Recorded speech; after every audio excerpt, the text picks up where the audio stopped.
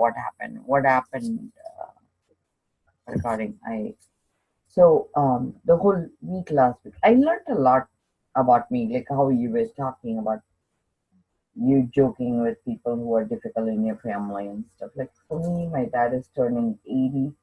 So I asked him, what is your legacy about that? Like, what is it you are? He says, oh, you are my legacy. Like, no, I feel I have reached my finale. And he always was a poor man in India. Like that's why I say poor man's daughters, Bengals, right? Like I keep tagging them because, and it's very interesting. He has been going through bankruptcy 4 times so far. In India, he was bankrupt.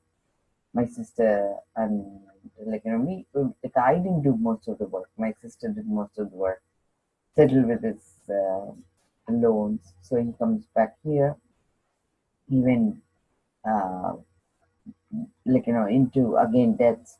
I settled every year. He was debt free for 2 years, got bored, got married. And within the first year of marriage, he was $29,000 in debt. So then they went and, the American debt counseling they went. And my dad didn't want to declare bankruptcy. His wife wanted to. And he said he had like a very high moral, so he wouldn't do it. And he did pay it off in 5 years. I was so proud of him. Yeah. And then he went into another debt, which I tried to pay off. But when I went the next day to look, he again was in debt. The minute I paid off his debt, he got another credit card. And then this is the 4th time he's in debt. So I was telling him, I said, Dad, 80 years. He's celebrating 80th year. I said, Dad, I want to see you debt free. Can you ever live within him and see this now? And so I said, okay, come to Massachusetts at least, so that where he's living in New Jersey. Yeah. And I said, that way, if you fall sick, the true poor man, when they die alone. Mm-hmm. And I don't want him to have poor man's death because I'm not going to be there. My sister's not going to visit. And he's married to an Italian lady now. Yeah. She doesn't believe in our culture. And so my dad has told my husband, without my knowledge, that he dies for her. She's going to do it as a Christian ceremony, bury him. So culturally, he's going to be lost. It doesn't matter to me. For me, what he does, it's not my business. And she even threatens, because actually last week what happened was, in my profile she went and wrote, she was so angry he visited us. And he had his English birthday celebration on the 16th. I told him, if you want to get married Indian way, I would get you married. He refused. So he comes alone. And so she's under the impression it's me who manipulated the whole thing. Yeah. So she wrote on my profile how that I'm not as good as my sister. So I unfriend, because she goes into his profile through him logging in. Right. Yeah. And I told him, it doesn't bother you. She comments about me. So he says to me, that's freedom of speech. Oh, that must have hurt. It stopped hurting me the minute I turned a teenager, because he's treated me like this all my life. He never ever hears me. Yeah. And this is the way we live. Yeah. I actually told him, do you know, Dad, why I left India?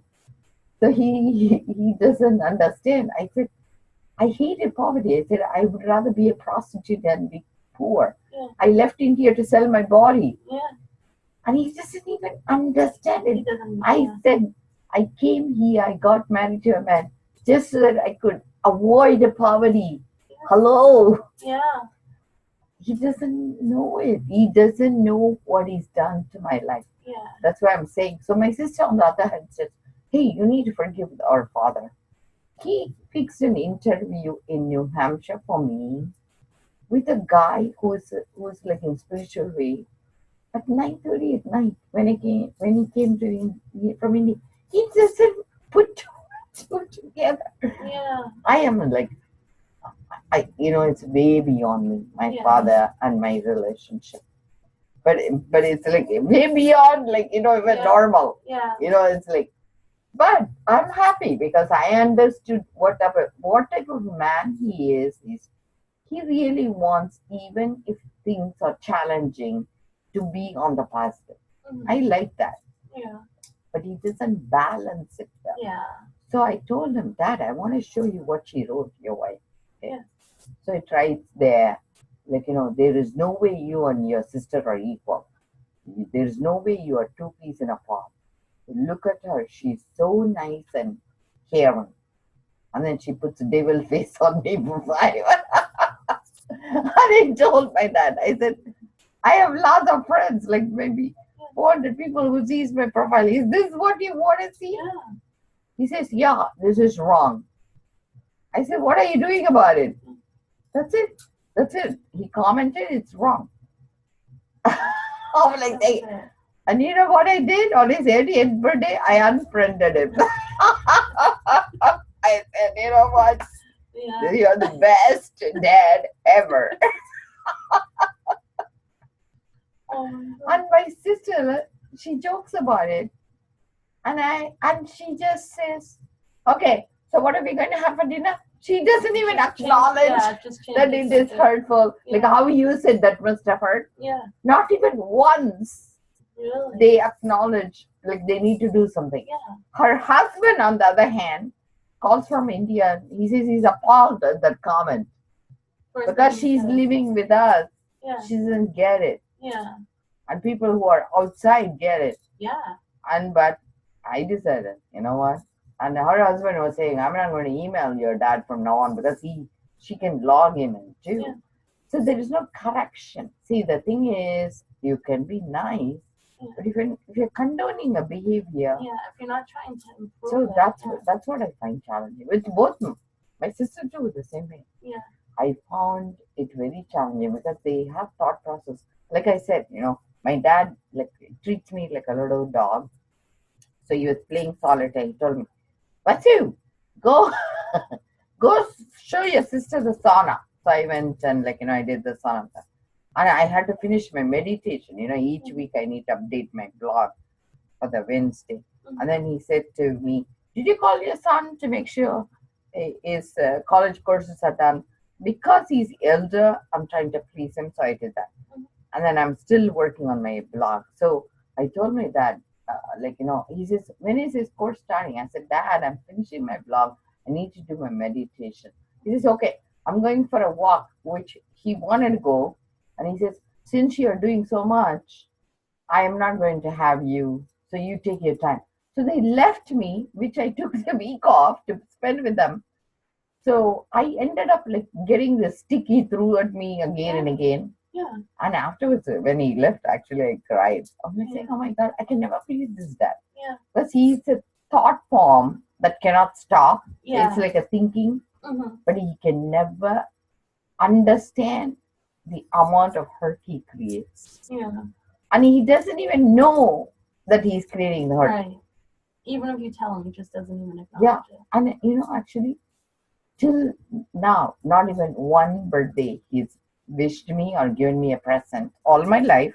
Yeah. But he always makes sure when it's his birthday and he'll get a gift from me. Yeah. And yesterday, he bought ticket for my sister and myself in the Logan Express. Yeah. And he says, it's on me, don't worry. I said, Dad, it feels bad for you to spend. So he took the money back.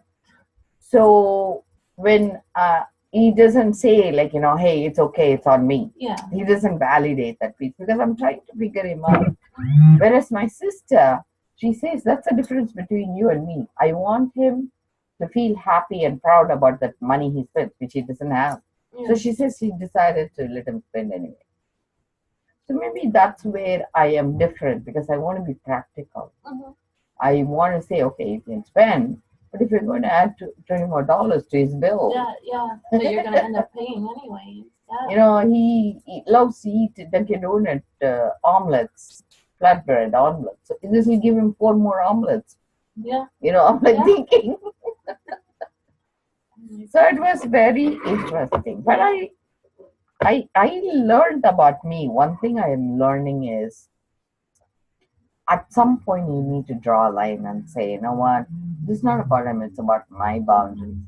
And I'm thinking, like, how many times you are going to be the puppy, go catch the stick, he Just needs to try and please at someone. some place. So I think he is, the one thing I'm learning is he's a thought form. He's just mind. It's like schizophrenic. They'll use their mind, they'll come across very intelligent. When you ask them, hey, what do you do for a living? They'll say, oh, I'm mentally disabled, like disability. And that's his ability. He comes across as very, very, like, I'm his legacy, he's raised me, he's put me through school. But he doesn't acknowledge, like, financially, he never had to be acknowledged for me, so always he was bailed out. So I think that's the best he